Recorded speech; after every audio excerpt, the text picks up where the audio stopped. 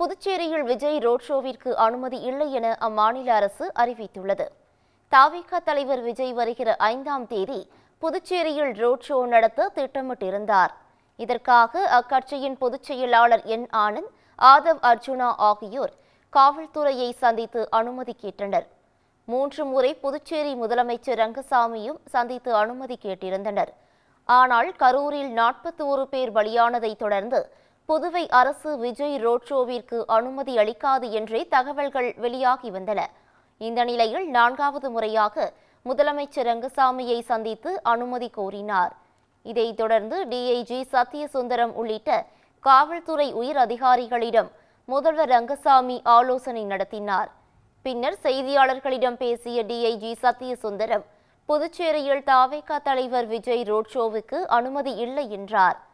திறந்த இடத்தில் பொதுக்கூட்டம் நடத்த தவிகவினருக்கு பரிந்துரை செய்துள்ளதாகவும் அப்போது அவர் கூறினார். ஓபன் மீட்டிங் வச்சுக்க சொல்லி அவங்களுக்கு சஜஷன் கொடுத்துருக்கு. ரோட் ஷோக்கு நம்ம என்ன ரெக்கமெண்ட் பண்ணல. ஏரியா கேட்டிருக்காங்களா சார்? இல்ல, நம்ம சொல்லிருக்கோம், அவங்களுக்கு சஜஷன் கொடுத்திருக்கோம். ஆமா, இவ்வளவு சீக்கிரம் வைக்க முடியும் சார்? அதான் அவங்க தான் முடிவு பண்ணணும். நம்ம டிலே பண்ண சொல்லியிருக்கோம். ரோட் ஷோக்கு அனுமதி இல்ல, நம்ம ரெக்கமெண்ட் பண்ணல.